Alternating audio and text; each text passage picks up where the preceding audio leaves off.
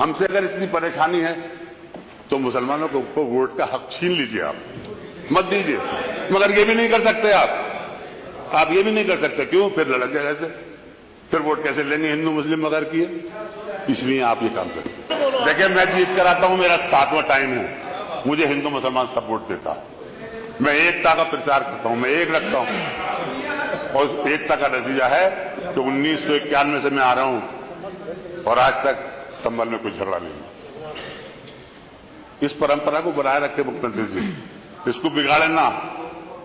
आप अपनी सियासत के चक्कर में मुसलमानों को दूर कर रहे हैं। राजनीति के अंदर सबका हिस्सा होता है।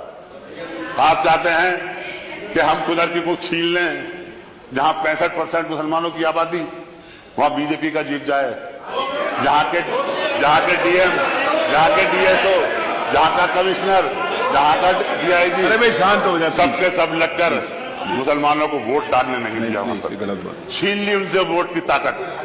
उनके चेयरमैन जो वहां के थे, प्रधान जो थे, उनके घरों पर पुलिस लगा दी गई। इस तरह के आए, ये नतीजे सामने ना आए, ये बातें सामने ना आए, इसलिए ये झगड़ा कराया गया संभल के अंदर, जानबूझकर कराया गया भाजपा की सरकार ने। मैं कहता हूं माननीय अध्यक्ष जी, मैं तो ये चाहूंगा बनकर, आप इस सदन के अध्यक्ष, आप अपने साथ एक कमेटी लेके चलिए, आप लेके चलिए और देखिए जाकर संबंध में किसने क्या शुरू किया। आपकी बात आ गई। एफआईआर जो मरने वालों की जो एफआईआर हुई है, वो भी बड़ी जबरदस्ती हुई है। उसके बदले पब्लिक नहीं मरा। अब बताइए, हमारी मस्जिद, हमारे खिलाफ कार्रवाई, हमारे ही मर रहे हैं, हमारी मस्जिद हम ही मर रहे हैं, हमारे खिलाफ है, हमारे घरों के अंदर तोड़फोड़ हो रही है। ये तो ये चाह रहे हैं 2700 लोगों को नामजद किया गया, 2700 लोगों के खिलाफ एफआईआर, एकदम बुरा हाल। नहीं भाई प्लीज, आप तो अभी वो जवाब हैं, आप इस प्रदेश के मुखिया हैं, आपका फर्ज बन जाता है कि आप अपने प्रदेश के अंदर अमन शांति बनाए रखें, यहाँ कोई हिंदू मुस्लिम बात न हो, यह आपका फर्ज बनता है। इस फर्ज को निभाइए। मानने वाले आप मुख्यमंत्री ही नहीं, आप किसी पीठ के पीठेश्वर भी हैं।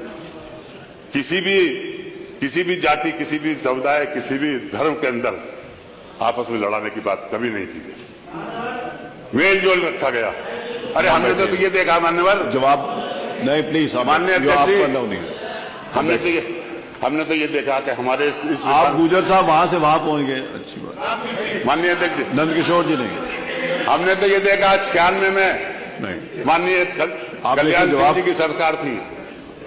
1996 में माननीय कल्याण सिंह जी की सरकार थी।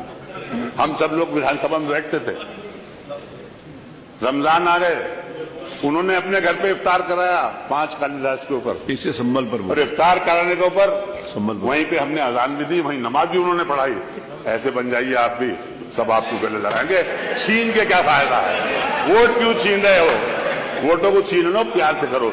या जितनी सुविधाएं आप हमें दे रहे हैं, तो कोई एहसान नहीं कर रहे हैं। ये संविधान में लिखा हुआ, ये संविधान में लिखा हुआ, संविधान के अनुसार चलेंगे तो हम आपका सहयोग करें। मगर आप संविधान को भूल रहे हैं, इस द्वेष की नहीं, आप नहीं अलाउड कि आपको अच्छी बात नहीं है। प्लीज बैठिए, प्लीज। आप जो हैं नहीं, मंत्री नहीं है, आप किसी पीठ के पीठेश्वर हैं।